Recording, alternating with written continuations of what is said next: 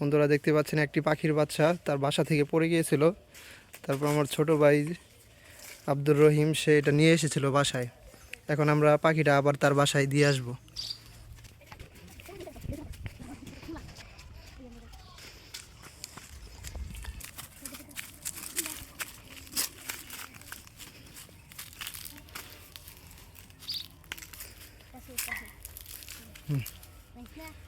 বন্ধুরা আমরা অনেকক্ষণ খোঁজার পর পাখির বাসাটা পেয়ে গেছি। এখন বাচ্চাটি আমরা পাখির বাসায় দিয়ে দিব। আস্তে বাসা না ভাঙে।